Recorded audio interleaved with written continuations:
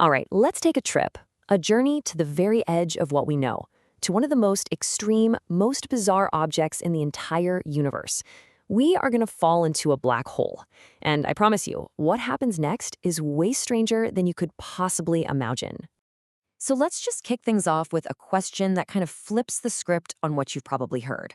Most people think the second you touch a black hole, poof, you're gone, instantly. But what if that's not the whole story? What if, for you, the person actually falling in, the journey keeps going? That's what we're going to explore.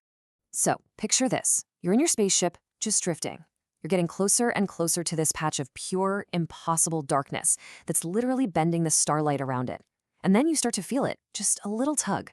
But this isn't normal gravity. Oh no, it's uneven. The part of you closer to the black hole is being pulled way harder than the part that's farther away. And this, right here, is where things start to get really, really weird. This whole process has one of the best and maybe most terrifying names in all of science: spaghettification. It's all because of these insane tidal forces.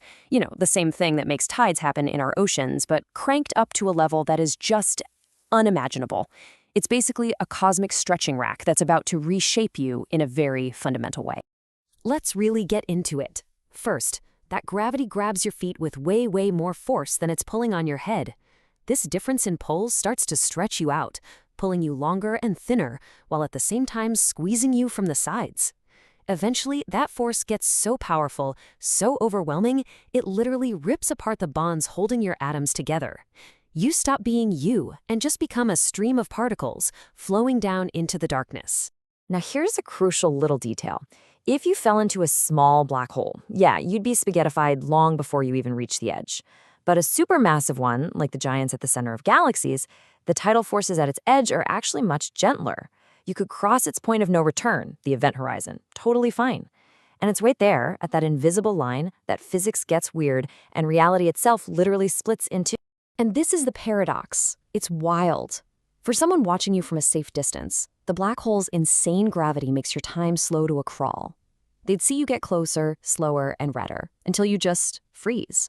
Frozen at the edge for all eternity. But for you, nothing really special happens at all. You just sail right on across the event horizon. Time feels totally normal. You keep going. It's two completely different realities, and somehow both of them are true. Okay, this is where you gotta hang on, because your brain is gonna get a little bent.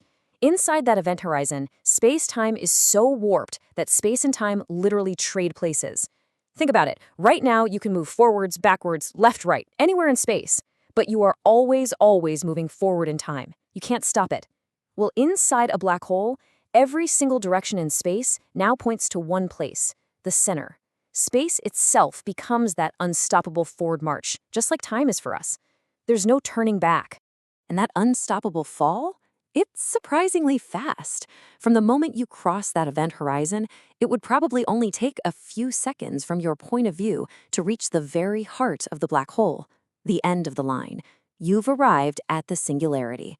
And here, our understanding of physics doesn't just bend, it completely shatters. First, you encounter a force. All the mass of a star, or millions of stars, has been crushed into a point of zero volume. That creates a gravitational pull that is literally infinite. And with infinite gravity, you get infinite density. Just try to wrap your head around that. A massive amount of stuff packed into a point that has no size at all. It's a state of matter so extreme, we just don't have the math or the words to even describe what it is. It's beyond logic.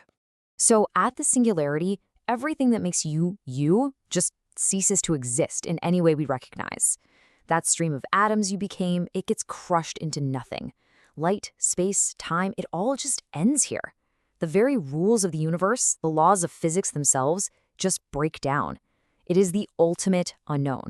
So after that incredible reality-bending trip, after being stretched into atoms, after watching time and space do a switcheroo, and arriving in a place where physics just gives up, we're left with the one big question. After all of that, would you survive? Probably not. And that's gotta be the biggest understatement in the entire cosmos, right? But it does leave you with one final thought. If everything we are and everything we know can end in a place like this, what does that really tell us about the nature of reality itself?